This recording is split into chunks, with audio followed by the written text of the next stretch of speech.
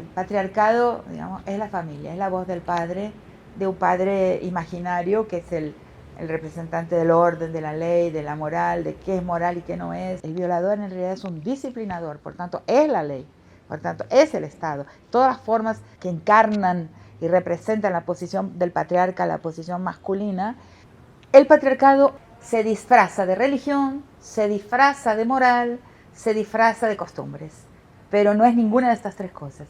Es un sistema político, es un orden político muy arcaico. Inicio con una observación que me parece fundamental en la lectura de tu obra.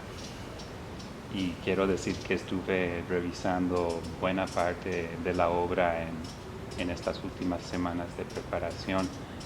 Una parte no conocía, entonces para mí fue realmente grandioso.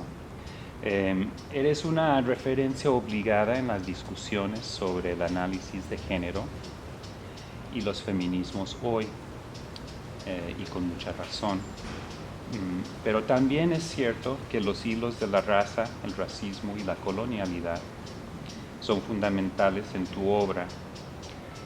Hoy es común hablar de interseccionalidad y aunque se ha hecho una boga en las ciencias sociales, me parece que tu trabajo nos enseña a pensar en términos del juego entre raza y género, y así como clase social, francamente, desde hace 20 años o más. ¿Se presentó esta relación empíricamente en tu trabajo de campo, o fue el resultado ya de reflexión académica?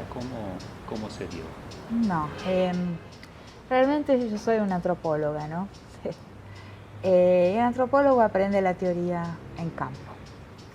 En mi formación antropológica, que es británica, no hay siquiera un proyecto de tesis, porque es el campo que te da el proyecto, es el campo que te dice cuál es la pregunta relevante.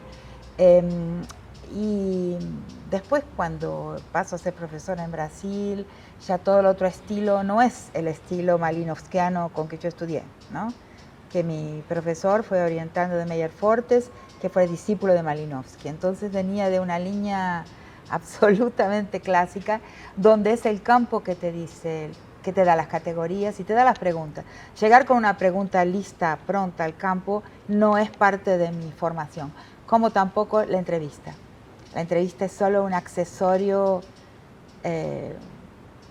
para la observación. O sea, en mi formación yo primero en la vida y después en el campo, y después buscando algún autor que me brinde categorías como para entender ese campo, y ahí encuentro al final, en sus últimos 10 años de vida, a Quijano, de quien fui muy amiga durante 10 años, y que ahí van a encajar una serie de categorías teóricas con algo que ya está en mis textos, con anterioridad.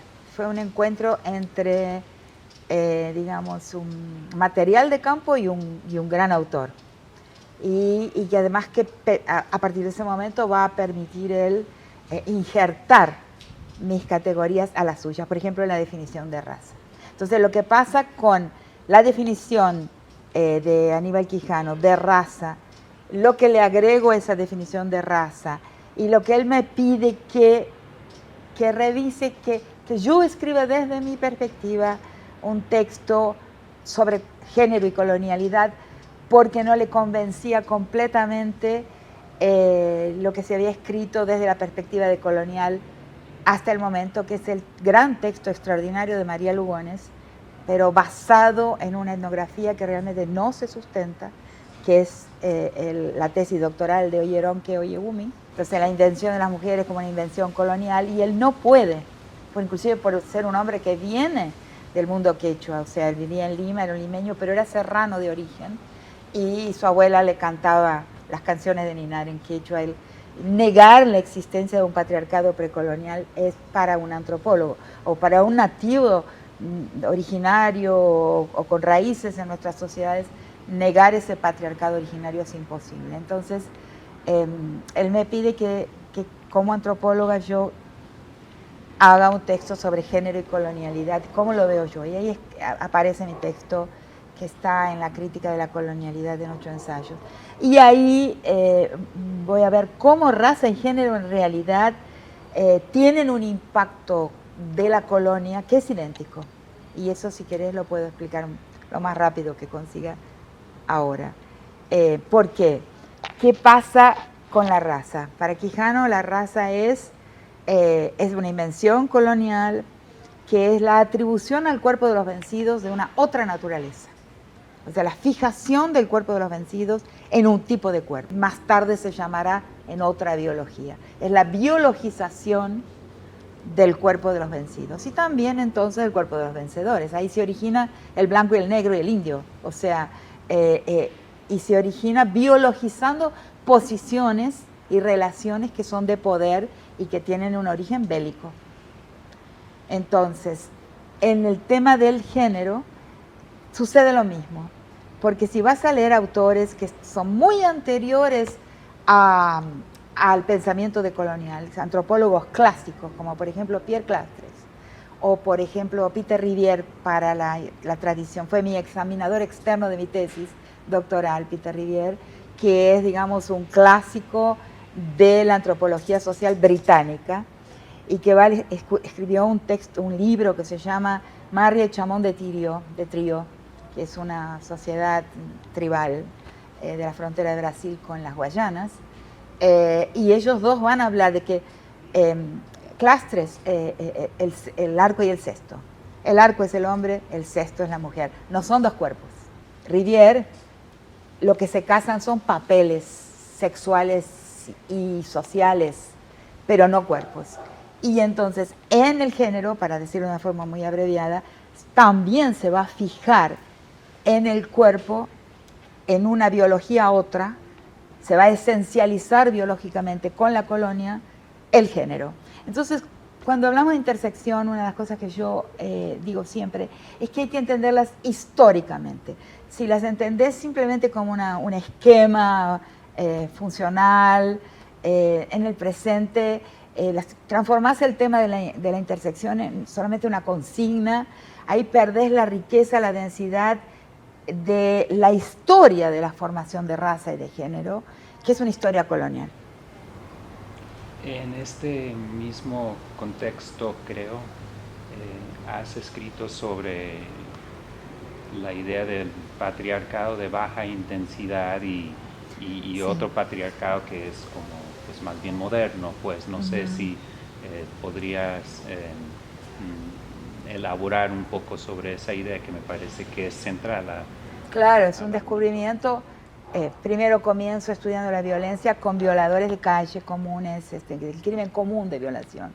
Ahí paso, digamos, a Ciudad Juárez, El Salvador, Guatemala con el peritaje para el caso Sepurzarco, y voy viendo, digamos, la violencia letal contra las mujeres y finalmente, como conté, a pedido de este gran pensador Aníbal Quijano, voy a pensar entonces cuál es el impacto de la colonialidad en el género. Y colonialidad en su pensamiento, modernización, modernidad, capitalismo, son coetáneos. O sea, capitalismo, modernidad y colonización son del mismo día para él.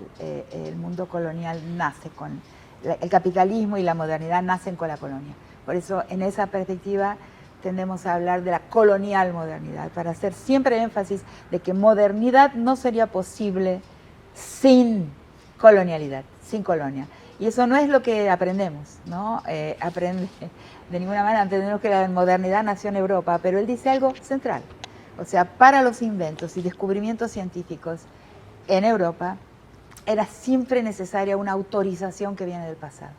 La legitimación de todo invento y de todo descubrimiento en todo el tiempo antes del evento americano fue una autorización que vino de la historia sagrada y que vino del pasado. Cuando se pasa a este lado de acá del mundo, la autorización viene del futuro. El futuro aparece como valor. En el evento americano, el futuro aparece como valor y como fuente de legitimación de todo lo que se va a hacer. Es por eso que inclusive aún sabiendo que no se descubre un mundo, no conseguimos borrar la palabra descubrimiento, porque lo que se descubre en América, y eso es un aporte mío, se descubre el descubrir, o sea, se descubre el descubrir como valor, o sea, y el futuro y la novedad como fuente de legitimación, que es la esencia de lo moderno. La esencia de lo moderno es la novedad. Entonces, no existe el valor novedad como valor en sí antes de ese evento americano. Para mí ese es el giro. El giro de colonial está en la percepción que te cambia completamente la posición ante el mundo, inclusive de nuestro continente, ¿no? Es desde aquí que comienza una visión de futuro, un mundo futuro como valor. Esa modernidad incide en el patriarcado, o sea, es una vuelta de tuerca en una jerarquía que ya existía, una jerarquía aunque sea nada más que de prestigio, ¿no? Por ejemplo, el gran descubrimiento antropológico, ¿no? De que por muchos años vinieron los antropólogos del campo en las sociedades tribales pensando que la sociedad vivía de la caza. Y mucho más recientemente, cuando aparece una antropología de la mujer, una antropología feminista, se descubre que no, que esas sociedades de estructura comunal comían caza de forma esporádica, pero la caza está revestida de un ceremonial, tiene un prestigio mayor que la recolección, que es el trabajo de las mujeres y que es diario. O sea, en realidad el sustento fue siempre el trabajo diario de las mujeres. Y la caza fue esporádica, pero gozó de mucho prestigio. Entonces, a los ojos de los antropólogos, era comida, pero no es la comida. O sea, ahí se ve claramente la jerarquía de prestigio entre hombres y mujeres y sus tareas en las sociedades comunales. Es la caza de los hombres, la iniciación masculina, todos elementos de la titulación de hombre como tal, como un papel, digamos, dotado de estatus mayor, de prestigio, eso está en la historia, eso no es colonial. Ahora, ¿cuándo entra el patriarcado moderno, el patriarcado colonial? Ahí entra algo que se puede resumir de esta manera, el ojo del conquistador que va a cosificar la vida.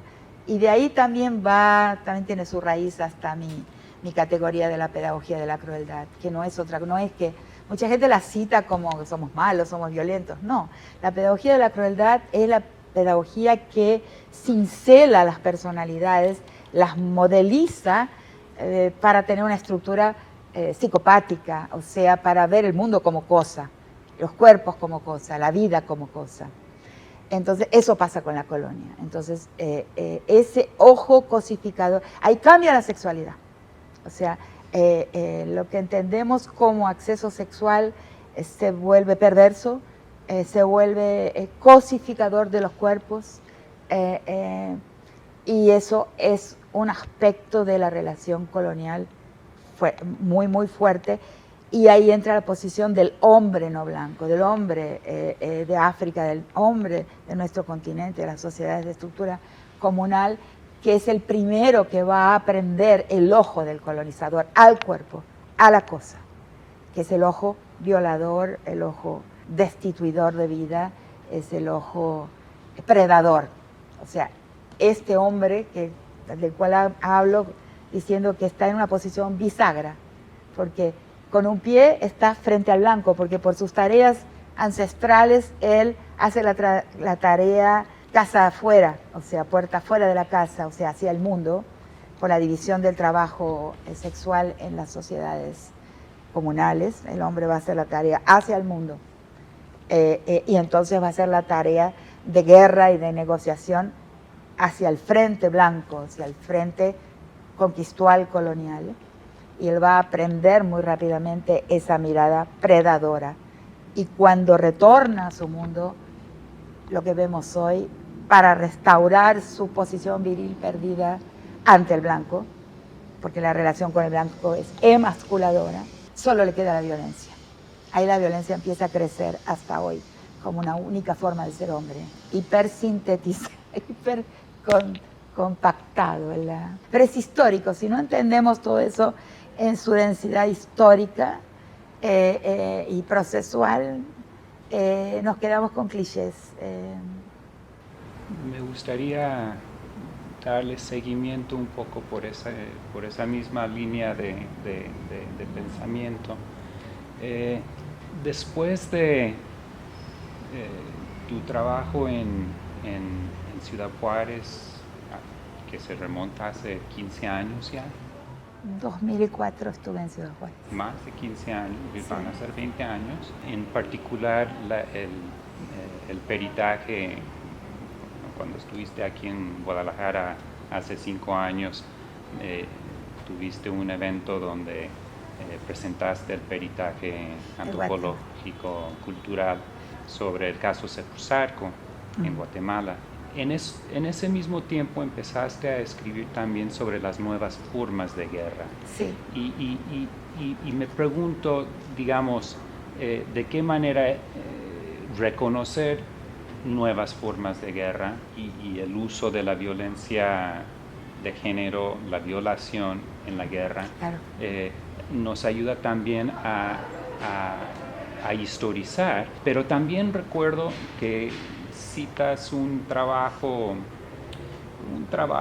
de hace 50 años más o menos de Susan Brown Miller, Against Our Will, en contra de nuestra voluntad, en contra de la voluntad, ¿no?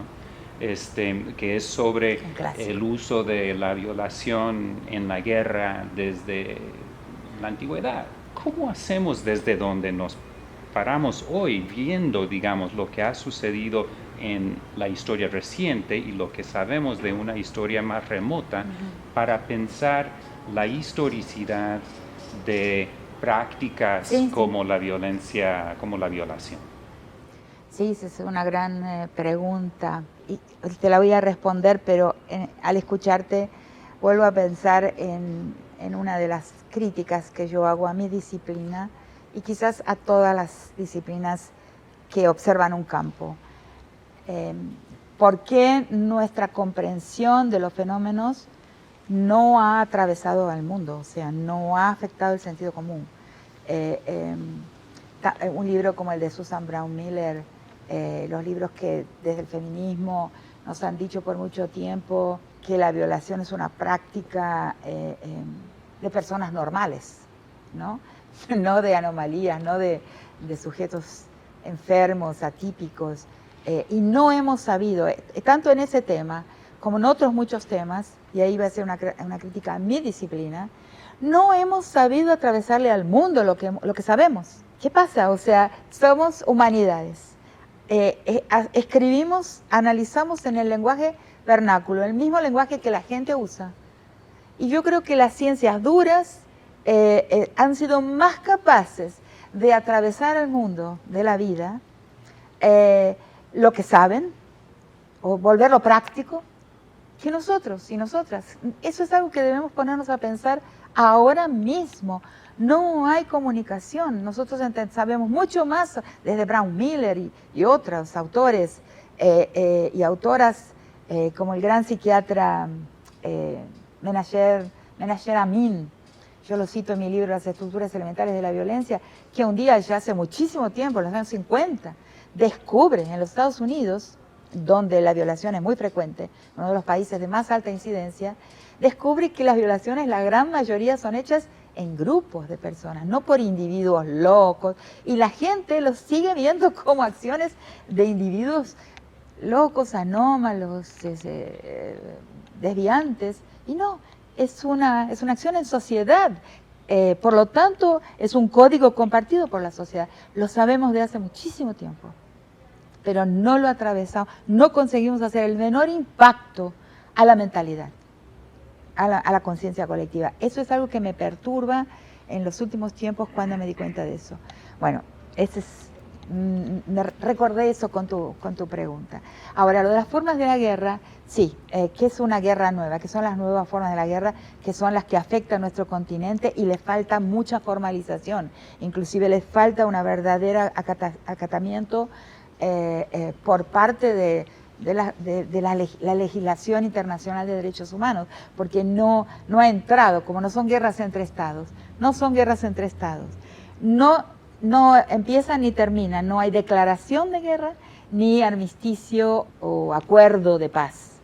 y tienen una característica de la cual yo hablo hablando de la discontinuidad de la historia de la guerra, y me baso en un ensayo de una jueza costarricense que se llama Elizabeth Odio, que fue jueza en el Tribunal para la Guerra de la ex Yugoslavia, y luego jueza del Tribunal Penal Internacional. Y ella tiene un ensayo que se llama Las mujeres y la guerra, que hace la historia de lo que les pasa a las mujeres hasta hoy. En mi vocabulario yo digo que en la historia de las guerras el daño al cuerpo de las mujeres fue un efecto colateral de la guerra. O sea, se tomaba un territorio y por la gran afinidad del cuerpo de las mujeres, del cuerpo con el territorio, ¿no? Y el cuerpo es el último territorio que nos queda también, cuando perdemos todos los otros territorios. La última forma de soberanía es la soberanía sobre el cuerpo. En toda la historia de las guerras tribales, hasta la última guerra entre estados, yo diría la Segunda Guerra Mundial, ese umbral ahí, esa transición no es muy precisa, pero hasta la Segunda Guerra Mundial tenemos la toma de territorios y la violación de las mujeres como una forma de inseminar territorios conquistados, adquiridos. Pero hoy eso ha cambiado y mucha gente se confunde. Ya no es un daño colateral a las mujeres la historia de la guerra, sino que la guerra se hace en el cuerpo de las mujeres. Hay una feminización de la guerra y los autores europeos, como Mary Calder, del Reino Unido, británica, Münkler, alemán, y otros autores europeos que están pensando en las nuevas formas de la guerra en el Medio Oriente, van a hablar de esta feminización de la guerra, que es lo que hemos vivido aquí, que es lo que estamos viviendo aquí. México, el Triángulo Norte de América Central, que ya no. Entonces Elizabeth Odio dice así: algo me llamó la atención al escuchar los testimonios sobre la Yugoslavia, sobre la guerra de Yugoslavia, que ya no se habla de la anexión de los territorios cuerpo de las mujeres, sino que se pasó a hablar se pasó a realizar la destrucción del cuerpo de las mujeres. Y me pareció, dice Elizabeth, que hay ahí formas de crueldad antes desconocidas, aplicadas en las mujeres. Ruanda. Eso no es toda la historia, hay un cambio, hay una discontinuidad en la guerra y una invención de una nueva forma de hacer la guerra, que el campo de batalla es el cuerpo de las mujeres. Entonces vemos formas de crueldad que no tienen sentido, que son muy ininteligibles, porque la mujer no es en un imaginario colectivo, no es el enemigo bélico, la mujer. Entonces, ¿por qué esa crueldad se aplica en su cuerpo? Y eso es Guatemala. Al parecer en Guatemala se aplicaron formas de violencia contra las mujeres bestiales, que uno se enferma cuando primero las escucha, que fueron formas también que se aplicaron en Vietnam. O sea, ahí hay realmente estrategas pensando sobre, y como lo dicen los autores para Oriente Medio, qué significa la profanación de estos cuerpos. Hay una derrota. Y es algo que estaba en mi primer texto sobre la violación común en Brasil, lo que los escuchaba decir a los violadores. O sea, por detrás del cuerpo violado hay un hombre enemigo. Es el hombre que debería ser capaz de ejercer la tutela y la protección del cuerpo violado. Entonces hay, desde la primera violación, por un lado, en la violación común, un disciplinamiento de la víctima, pero también una exhibición, un espectáculo narcisístico ante los ojos de los pares, y un ataque al hombre que debe proteger al cuerpo que se encuentra desprotegido. Son 3 diálogos diferentes en el mismo cuerpo. Por eso hablo de un crimen comunicativo, expresivo, y eso es lo que voy a encontrar en Ciudad Juárez también. Para muchos de nosotros y nosotras en México, te conocimos primero por tu libro Las estructuras elementales de la violencia. Al inicio del libro comentas que fue Claude Lévi-Strauss la inspiración del título de tu libro, una referencia a su estudio famoso de 1949. La idea de una estructura elemental, por supuesto, se abreva del estructuralismo de Levi-Strauss. Entonces, el patriarcado en ese argumento es la expresión central, creo, Sí. Que estructura la violencia de género, y se trata de un fenómeno sistémico. Claro, o sea, es un juego, un pan, ¿no? Sí. De un juego de palabras con el título de Levi-Strauss, que en el fondo está diciendo que las relaciones de parentesco son las relaciones de la violencia, que la estructura del parentesco es la estructura de la violencia, ¿no? Y ahí voy a hablar de un patriarcado simbólico.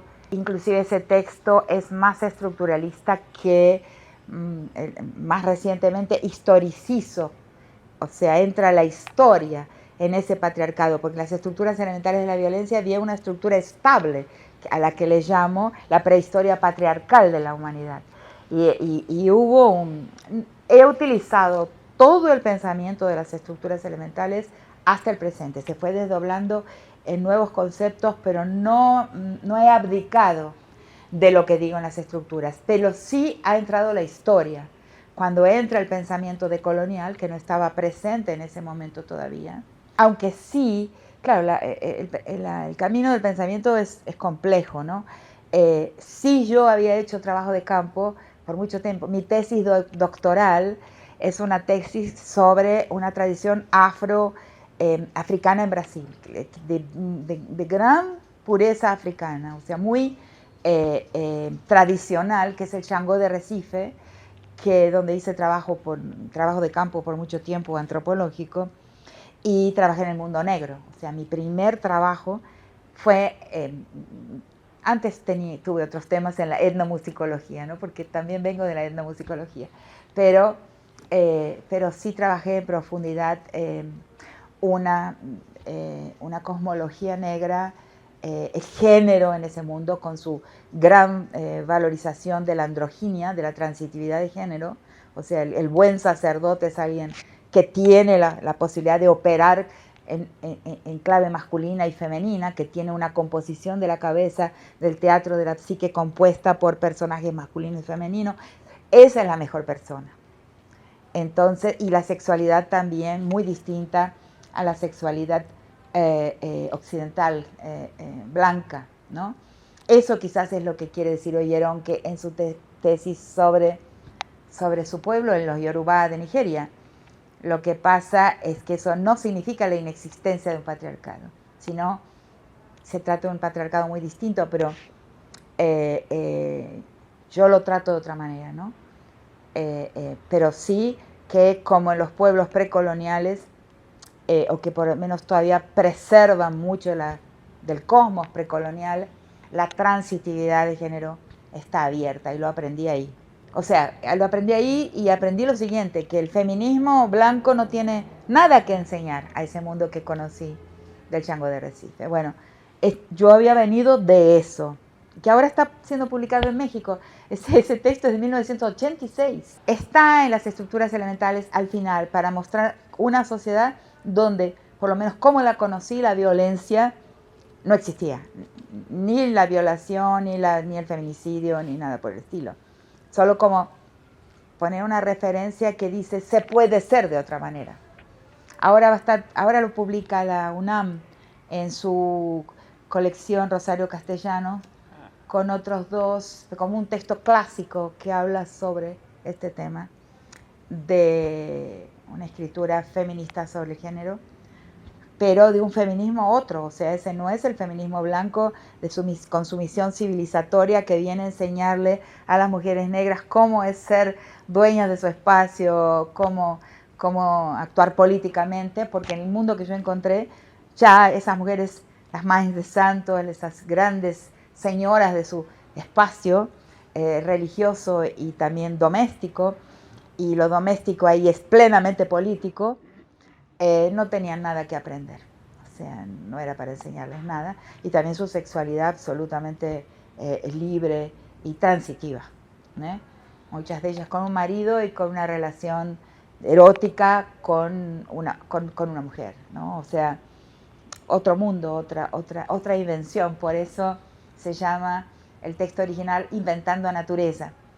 Y en español se va a llamar La Invención de la Naturaleza. Entonces llego a la violencia después de haber trabajado en un mundo no violento. O sea, pero no necesariamente por eso no patriarcal. Entonces,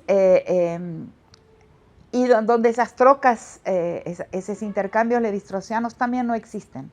No hay un hombre, porque como la familia fue deshecha, en el tránsito de África para América, las relaciones de consanguinidad desaparecen, son vendidos cónyuges separadamente, padres y madres de hijos e hijas separadamente, se rompe el lazo biológico familiar, se reinventa la familia en Brasil de forma ritual, o sea, es una familia ritual, pero donde, como ha dicho Ruth Landes hace muchísimo tiempo, una gran antropóloga norteamericana que en los años 40 visitó Brasil y escribió un gran libro que se llama The City of Women, la ciudad de las mujeres, y que yo la recupero, un texto de 1943, dice algo parecido a lo que yo te expliqué antes sobre cómo el hombre indígena aprende el ojo cosificador del conquistador.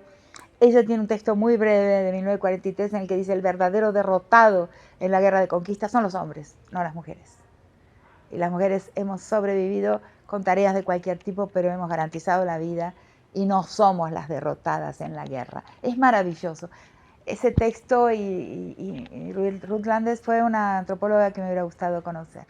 Entonces, en esa tradición no hay esto de que entre hombres se trocan, se intercambian mujeres para generar, digamos, nexos sociales entre comunidades, entre aldeas o entre mitades de grupos tribales. Es otro mundo, porque está rota la familia originaria africana y está reconstruida de otra forma, ¿no? Con mujeres teniendo mucho poder, por lo menos al principio de la fundación de esta tradición del candomblé. Entonces, luego vuelvo al tema de la violencia con los violadores, ¿no? Ahí voy escuchando hablar de una estructura que es la que les expliqué, que es la que te expliqué. O sea, la comunicación con el otro hombre, que es el hombre que tutela ese cuerpo, y al derribar, al violar, al apropiarme de ese cuerpo, estoy venciendo al hombre que está por detrás de ese cuerpo y que debería estarlo protegiendo. Entonces voy a hablar de los dos ejes, ¿no? El eje horizontal, que es la parcería entre hombres, y también la guerra entre hombres. Y luego la relación con la víctima, que es de violencia y que es de disciplinamiento, que es lo que las tesis toman el grupo chileno. O sea, el violador en realidad es un disciplinador, por tanto es la ley, por tanto es el Estado. Todas las formas en que encarnan y representan la posición del patriarca, la posición masculina, son las posiciones violadoras, porque son las posiciones que van a permanentemente disciplinar a la mujer, que es frágil moralmente, en un imaginario arcaico, bíblico, pero que está presente en una gran cantidad de sociedades en todo el planeta. La mujer tiene una fragilidad, es indisciplinada, como Eva, desobediente, curiosa, demasiado sexuada. Dependiendo de la sociedad, lo vas a tener en Nueva Guinea, en África, en el mundo amerindio, esta mujer que debe ser moralizada, disciplinada, y así opera el violador, como el disciplinador. Ahí tenés, por ejemplo, en el caso de México, el caso de Atenco, ¿no? Con la violación, es un clásico. Una señora mayor de 73 años que es violada por 5 policías. ¿Dónde está la sexualidad ahí? No está. O sea, lo que está la infiltración de la sexualidad por un ojo, por una acción que es perversa, porque está infiltrada de la cosificación de los cuerpos, de la apropiabilidad de los cuerpos, ¿no? Esto lo vemos hasta hoy. La impotencia es la dificultad en atravesar esto que hemos comprendido y que mucha gente me comprende cuando me lee, o ya lo comprendió antes, o por qué a la gente le gusta leerme, porque yo digo lo que la gente ya sabe. pero le pongo palabras, ¿no? Esa idea que tengo de que la tarea del intelectual es la dación de palabras, ¿no? La donación de un vocabulario para que la gente pueda decir lo que ya sabe. Pero no conseguimos afectar el sentido común, la mentalidad, como dije antes, con lo que sabemos y con lo que hemos entendido. No estamos consiguiendo transformar el mundo con el conocimiento de las humanidades. Es insuficiente, ¿no? Lo vemos en el tema de la violencia. El patriarcado, digamos, es la familia, es la voz del padre, de un padre imaginario que es el representante del orden, de la ley, de la moral, de qué es moral y qué no es, qué es admisible, quién es mejor y quién es peor, qué es el papel masculino hasta hoy. Quisiera seguir en esa línea realmente a partir de dos hilos que mencionaste que me parecen importantes y creo que llevan en una dirección común. Por un lado, hablaste sobre la destrucción de la familia como elemento fundante de la creación de una economía de esclavitud. Sí. Y por otro lado... de esa familia, de la familia que viene de una tradición y la reinvención de la familia de otra forma de este lado del mar, ¿no? Claro, claro, de la familia africana. Dijiste algo que me hizo recordar mucho una frase tuya, que es que la violencia sexual es un concepto profundamente problemático. Sí. Ambos hilos coinciden en el caso de Sepuzarco y me gustaría pedirte si nos pudieras hablar un poco sobre, digamos, bueno, en principio lo que aprendiste en Guatemala y luego lo que lograste, digamos, argumentar como parte de ese juicio que me parece que es de fundamental importancia. Para mí ha sido muy impactante, pues. Sí, en realidad es un hilo que viene de la escucha de los violadores, pasa por Ciudad Juárez y llega a Guatemala y después de eso hice un diagnóstico de la Policía Nacional Civil de El Salvador. Pasa, ese hilo en realidad se van abriendo, se van desdoblando los conceptos, pero no hay una diferencia fundamental. ¿Qué parte de eso tomo, no? Porque es tan amplio. Yo no sé si hubiera sido posible lo del peritaje de Guatemala sin haber pasado por Ciudad Juárez y por México antes, porque todos esos conceptos tienen una unidad completa. El patriarcado es un sistema político. Se disfraza de religión, se disfraza de moral, se disfraza de costumbres, pero no es ninguna de estas tres cosas. Es un sistema político, es un orden político muy arcaico. Y ahí, que es una manera más reciente de frasearlo, pero vengo de mi primera categoría sobre eso, que es la prehistoria patriarcal de la humanidad. Lo que los movimientos de izquierda, las izquierdas que tenemos, las izquierdas que han intentado revoluciones y han muerto en la playa siempre, es el tema que me interesa pensar en el momento presente, por qué nuestras revoluciones mueren en la playa, o sea, no llegan jamás a destino, es porque no consiguen pensar las fundas, no consiguen pensar el poder. Y cuánto el poder es una réplica de un orden primordial de poder que es el patriarcado. Entonces el patriarcado es un orden primordial de poder, plenamente político. Solo si conseguimos verlo así, también conseguimos ver que las violaciones, la violencia contra el cuerpo de las mujeres y la violencia sexual en general, como por ejemplo la feminización del cuerpo de los hombres por violencia en los espacios de tortura, y los hombres han en realidad denunciado muy poco. Ese es uno de los problemas que tenemos las personas que trabajamos con juicios de lesa humanidad, por ejemplo en Argentina, o las personas que queremos entender la violencia sexual en los autoritarismos políticos en nuestros países, también en Abu Ghraib, cuando se ve la pila de hombres musulmanes con sus cuerpos expuestos, mantenidos en su lugar por una soldada, por una mujer soldada. Ahí vemos una inversión de la posición de los cuerpos masculinos sexualmente subyugados, y un cuerpo de mujer en el lugar de quien subyuga. Pero las posiciones de género están ahí. Está la posición del poder y la posición del despoder. Entonces, el esfuerzo de las estructuras elementales de la violencia es mostrar que masculino y femenino son relaciones de poder en una estructura, no más que eso. Cuando intentamos analizar el patriarcado, analizamos un orden de poder que se va replicando todo el tiempo hasta el presente y que se ha exacerbado inclusive después de la conquista y la colonización, y se encuentra hiperexacerbado en el presente, porque los números de la violencia ni siquiera se amesetan, aumentan todos los días. Falta ahora que los hombres también denuncien la violencia que sufren y que es política. Cuando decimos que el patriarcado es un orden político, un sistema político, estamos diciendo que todos los crímenes sexuales, o entre comillas sexuales, en realidad son crímenes políticos. No hay otra forma de conseguir verlo de esta manera. ¿Y qué es la manera de tratarlo? ¿Por qué? Porque nuestro imaginario los arrincona y los empuja al espacio, al ambiente de crímenes menores. Y lo vemos, y ese es un problema que existe en las derechas, en las izquierdas y en todo el mundo.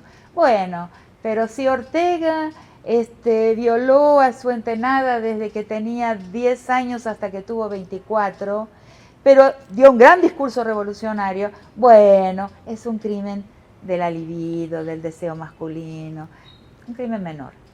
Solo si desarrinconamos, si retiramos los crímenes contra las mujeres de esa posición de apoliticidad, solo si no más los despolitizamos y entendemos que el patriarcado y sus crímenes son un orden y crímenes políticos de una forma de poder primordial y permanente, que es lo que llamé en las estructuras elementales de la violencia de la prehistoria patriarcal de la humanidad, de la que nunca hemos salido desde el principio. Ahí cambia el mundo, cambia la historia, absolutamente. O sea, una vez en Buenaventura, en la costa pacífica de Colombia, estábamos hablando sobre los crímenes de limpieza del territorio, que en realidad patrocinados por los intereses económicos de las inmobiliarias, de las constructoras que quieren ahí construir 3 puertos para el comercio con el Pacífico y un enorme centro hotelero para los empresarios, y hay una cantidad, no se puede sacar a la población que está ahí, que es una población afrodescendiente que está en la costa pacífica, pero tiene derechos constitucionales a habitar ese espacio, no se las puede sacar por la ley. Entonces, ¿cómo se saca a una gente para construir ahí los inmuebles, ¿no? Y los puertos? Solo por el terror. Entonces, y el terror, hay picaderos, hay lugares de extrema violencia que han causado lo que se llama los desplazados, ¿no? El gran desplazamiento colombiano, que hace que alrededor de una ciudad como Medellín haya 3 millones de personas, mayormente negras, provenientes de la costa pacífica, que se han desplazado por miedo a la crueldad sobre los cuerpos. Entonces una muchacha en la platea me preguntó, ¿cómo terminamos con esta guerra? Porque con esta guerra no se puede terminar como se intenta terminar por el acuerdo de paz entre la FARC y el gobierno colombiano y el Estado. No hay un pacto con el Estado que le pueda... Esa es una nueva forma de la guerra.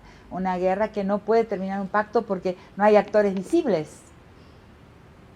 Entonces ahí mismo me puse a pensar, ¿cómo terminamos con esta guerra? Y se me ocurrió esta idea. Solamente desmontando el mandato de masculinidad. Solamente consiguiendo cada vez un número mayor de hombres que se desmarquen, que se desplacen, que desobedezcan, que se deslicen hacia afuera del mandato de masculinidad, ahí la historia cambia. Solo de esa forma podemos reencaminar la historia hacia un futuro más benigno para más gentes. Nada más. Eso es la revolución. La revolución es la revolución de desmonte de un sistema político que es el patriarcado, del cual emana un mandato de masculinidad que es el que necesitan los poderes para poder reclutar mano de obra bélica. Sin mandato de masculinidad no hay mano de obra bélica en el sentido de las nuevas formas de la guerra, que son mano de obra sicaria. El sicario se entrega a eso porque cree que mostrar, enunciar, espectacularizar su masculinidad vale la pena para conseguir el título de hombre.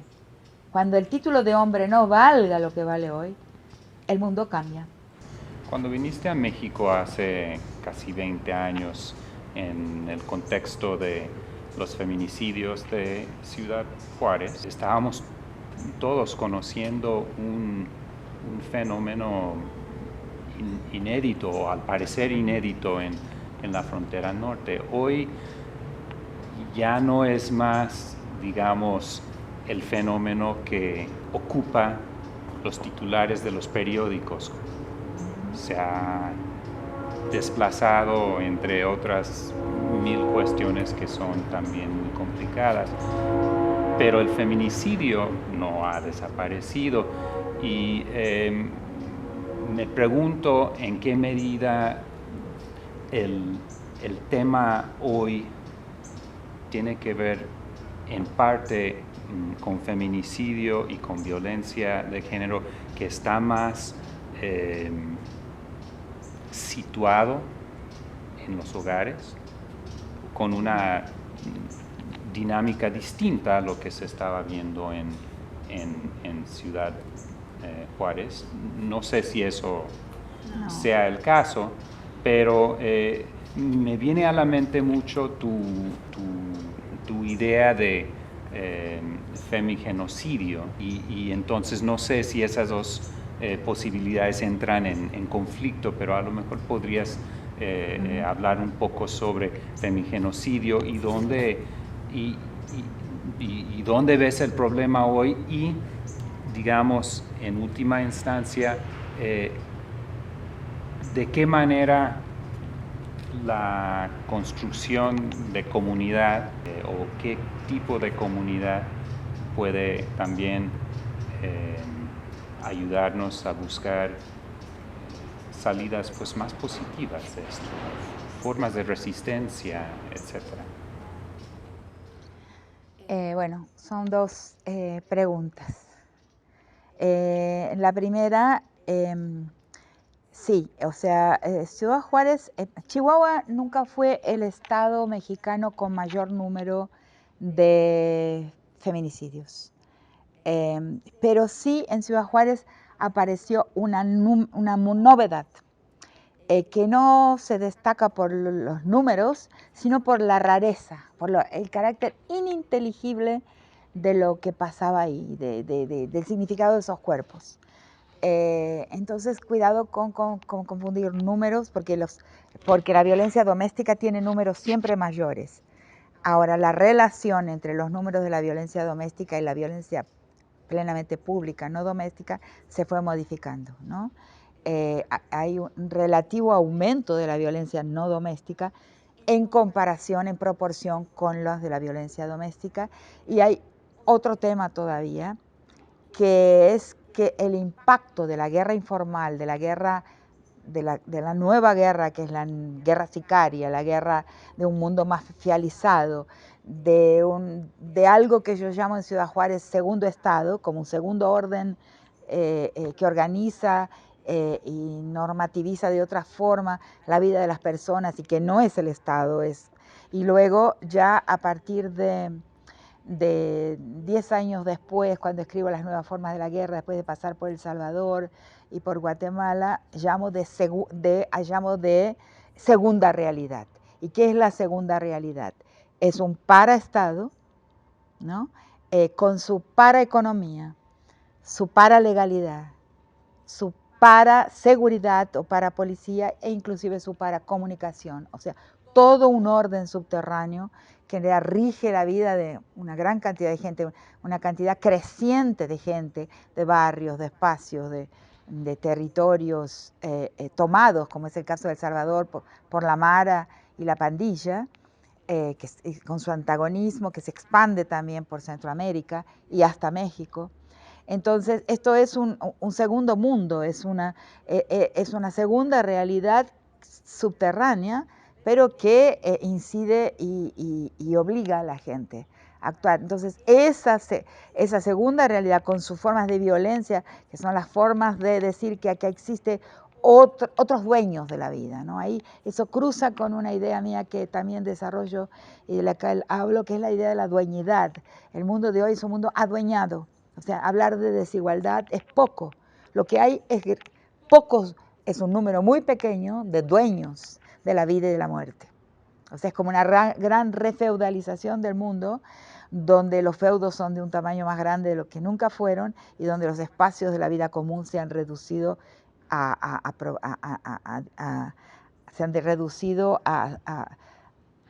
espacios mucho menor que de lo que nunca tuvieron. O sea, es una nueva feudalización con señores de la vida. Señores que se replican desde los grandes señores, dueños de pedazos cada vez más grandes del planeta. No olvidemos que Bill Gates es el mayor propietario de tierras en los Estados Unidos. Porque uno dice, no, porque el capital hoy es financiero, el capital actúa en forma digital. Y entonces, ¿para qué un gran magnate compra pedazos cada vez mayores de territorio en su forma más concreta? Eso es algo que, cuidado, ¿no? Por ejemplo, una de las críticas que tuvo mi texto sobre Ciudad Juárez es que yo digo que por esa frontera transita todo, por esa frontera transitan cuerpos de migrantes, transita droga, y yo digo transitan capitales. Y una de las críticas que tuve es que hoy los capitales no transitan en forma material, sino que el capital es financiero y transitan de forma digital. Y justo me sucede, no quiero aburrirlos, pero lo cuento porque no lo voy a escribir en ninguna parte. Yo, bueno, tendrán razón, entonces estoy equivocada, no transitan capitales, a pesar de que los dueños de las maquilas, los dueños de las grandes empresas de esa frontera, del lado mexicano, trabajan con sus capitales del lado mexicano, pero viven en El Paso, Texas, viven del otro lado, en esa frontera ultra porosa para algunas cosas y absolutamente rígida para otras, ¿no? Ahí hay contradicciones que hay que colocar también en el tablero para pensar la realidad. Y en ese día, después no lo vi publicado en ningún periódico, en ningún lugar, entonces la pasé viendo la tela de la televisión, leí un poco y mira, pero la noticia del día fue que habían descubierto una forma de atravesamiento de millones de dólares, pero verdes, o sea, físicos, por azafatas, aeromosas, no sé cómo le llaman aquí, por trabajadoras de las aerolíneas, sobre todo de Avianca y también de LATAM, y que estaban siendo presas, que habían atravesado durante tiempo, bastante tiempo, de una forma en que tenían una parte invisible de sus bolsos, dinero a los Estados Unidos. Y de ahí surge lo que digo en las nuevas formas de la guerra y el cuerpo de las mujeres. O sea que no, que la aplicación en bancos norteamericanos del producto del crimen organizado en nuestros países es constante y no se puede auditar ni controlar, porque auditarla, dijo un fiscal que es Holmes, se llamaba, un fiscal de los Estados Unidos, dijo que auditar el lavado de dinero en los bancos norteamericanos haría colapsar, haría desequilibrarse toda la economía del norte. Entonces, ahí me confirma que lo que digo de Ciudad Juárez, que lo que transita también es dinero vivo hacia allá, no era improbable, como me dijeron algunos autores. Lo que pasa, lo que siento que pasa y no lo he llegado a escribir, es que de esa hay una violencia doméstica, que es, digamos, en el sentido de que el hombre restaura su masculinidad ante los suyos mediante violencia. Es una forma de existir el hombre emasculado por un sistema económico y por un orden colonial, ¿no? Cuando muchas veces me preguntan, ¿cómo podemos los hombres ayudar a las mujeres en su feminismo? No, nosotras los estamos ayudando a ustedes a desvincular, a deshacerse de ese mandato y de esa emasculación frente al mundo, al frente colonial y empresarial que los emascula y les deja solo la violencia para reconstruirse como hombres, en tema, la violencia doméstica. Por el otro lado, la violencia de la guerra, que yo en Ciudad Juárez aprendo a separarlas, a dejarlas totalmente aparte, inclusive viendo los medios de comunicación en Ciudad Juárez, que dicen, bueno, más un crimen sexual, un marido ha matado a su mujer, y vi ahí en la manera del enunciado de los medios de comunicación casi un intento deliberado por mezclar todos los crímenes, todos los feminicidios. Me parecía que era tan insistente que me parecía que había una deliberación en ponerlos todos juntos y de noche todos los gatos son pardos. Cuanto menos se entienda esto, mejor. Entonces, veo que es urgente, inclusive frente a las organizaciones de mujeres, separar los crímenes, esos feminicidios, que son pocas en comparación con otros crímenes, con las fosas comunes, con las narcofosas, donde hay mujeres también por infracciones a la legalidad del crimen en este paraestado, con sus formas de normativas y sus formas de ejercicio de la justicia propia del paraestado, donde hay muchas mujeres que están en las narcofosas, pero por otras razones, por razones de infracciones al tráfico. También están las mujeres asesinadas por sus novios, también están las violaciones de calle comunes, pero hay unas que tienen una peculiaridad, que es el mancomunamiento entre muchos hombres, la tortura sexual, en fin, y la forma en que se desoban, como se dice en portugués, en que se dejan los cuerpos.